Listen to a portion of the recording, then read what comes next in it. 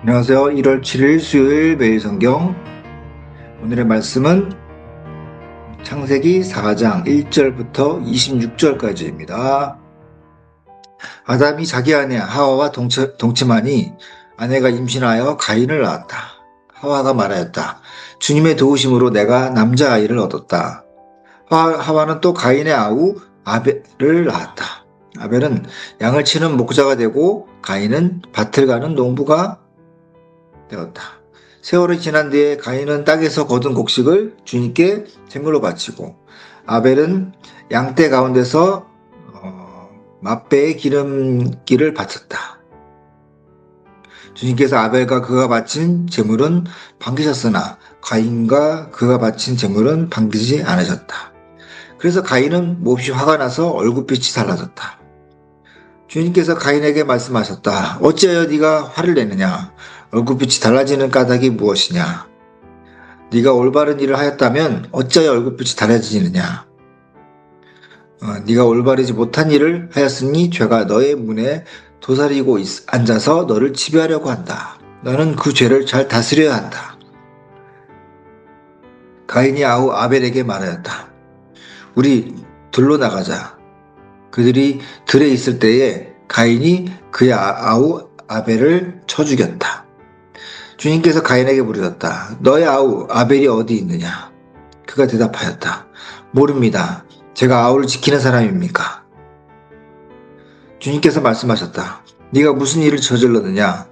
너의 아우의 피가 땅에서 나에게 울부짖는다. 이제 네가 땅에서 저주를 받을 것이다. 땅이 그 입을 벌려서 너의 아우의 피를 너의 손에서 받아 마셨다. 네가 밭을 갈아도 땅이 이제는 너에게 효력을 더 나타내지 않을 것이다.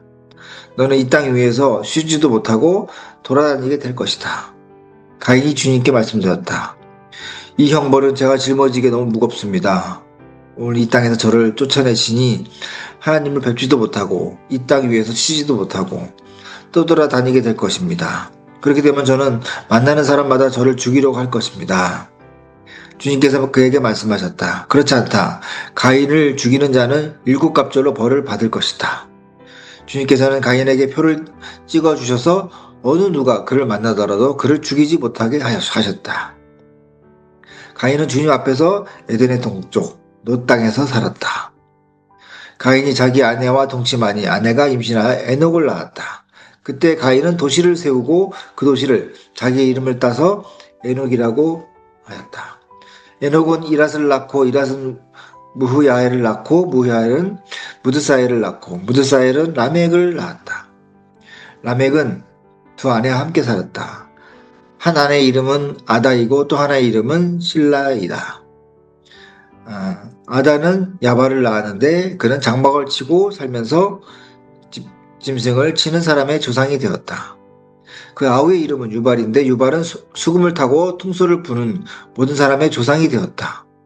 또한 쉘라는 두발가인이라는 아이를 낳았다. 그는 굴이나 실을 가지고 온갖 기구를 만드는 사람이다. 두발가인에게는 나아마라고 하는 누이가 있었다. 라멕이 자기 아내들에게 말하였다. 아다와 실라는 내 말을 들어라. 라멕의 아내들은 내가 말할 때에 귀를 기울여라. 나에게 상처를 입힌 남자를 내가 죽였다. 나를 상하게 한 젊은 남자를 내가 죽였다. 가인을 해친 벌이 7갑절이면 라멕을 해치는 벌은 77갑절이다. 아담이 자기 아내 다시 자기 아내와 동침하였다. 마침내 그의 아내가 아들을 낳고 말하였다. 하나님이 가인에게 죽은 아벨 대신에 나의 씨를 나에게 허락하셨구나. 그 아내는 아이의 이름을 셋이라고 하였다. 셋도 아이를 낳고 아이의 이름을 에노스라고 하였다. 그때 비로소 사람들이 주님의 이름을 불러 예배하기 시작하였다. 에덴에서 쫓겨난 이후에 아담과 하와는 가인과 아벨을 낳고 또 열심히 살아갔습니다. 그런데 어느 날 두 형제는 하나님께 제물을 가지고 나아갔습니다. 하나님께서는 아벨과 그의 제물은 기쁘게 받으셨지만 가인과 그의 제물은 또 받지 않으셨습니다. 네. 하나님께서 아벨과 그의 제물은 반기셨으나 가인과 그의 제물은 반기지 않으셨다고 말합니다. 여기서 우리는 어떤 중요한 사실이 있는데 하나님께서 먼저 보신 것은 제물이 아니라 사람이었다는 거죠. 어떻게 보면 어떤 제물이 어떤 예배의 형식이라면 그것이 아니라 그 사람 삶 자체를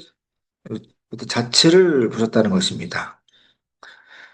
예배는 단지 어떤 주일 한 번 있는 행위가 아닙니다. 하나님께서는 우리가 어떤 마음으로 하루를 살아가는지 또 이웃에 대해서 어떻게 대하고 보이지 않는 자리에서 우리가 어떤 선택을 하는지를 하나님은 다 보고 계신다는 겁니다. 우리의 어떤 평소의 삶이 그 하나님께 드려지는 어떤 예배라는 거, 주일날 교회 가는 것만 예배가 아니라 우리 삶 자체가 예배라는 걸 또 오늘 아침에 한번 다시 새롭게 또 마음에 새기길 바라겠습니다. 또 가인은 자신의 죄를 회개하기보다는 분노를 키웠습니다. 그래서 동생의 생명을 앗아갔습니다. 주님 앞을 떠나 또 방황의 땅에서 살게 됩니다. 또 가인의 후손들은 문화를 만들고 기술을 발전시키고 겉으로 보기에는 되게 성공적으로 살았습니다. 그렇지만 어, 그 계보에는 어떤 결정적으로 어떤 부족한 것이 있습니다. 하나님의 이름이 불리지 않았다는 사실입니다. 가인은 하나님을 어떤 사랑의 대상으로 기억하지 못하고 그냥 자신을 쫓아낸 분으로만 이직을 했습니다. 그 왜곡된 신앙들은 그 자녀들에게도 그대로 전해졌습니다. 마침내 라멕은 자신의 상처를 정당화하면서 폭력을 자랑합니다.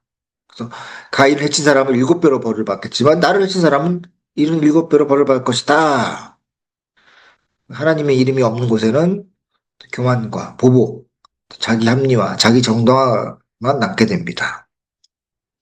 그러나 하나님께서는 끊어진 것처럼 보이는 그 역사 속에서도 또 다시 새로운 길을 또 여셨습니다. 아벨 대신에 셋을 주셨고 셋에게서 에노스가 태어났습니다.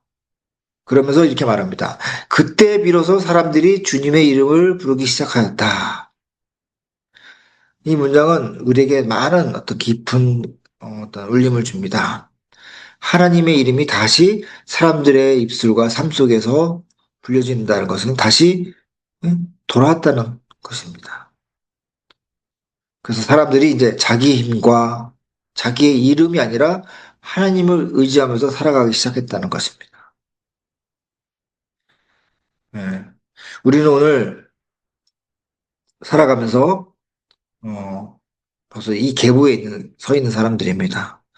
세상 속에서 자신의 이름을 드러내기 위해 존재하는 것이 아니라 하나님의 이름을 드러내고 지니고 기억하고 살아가는 사람입니다.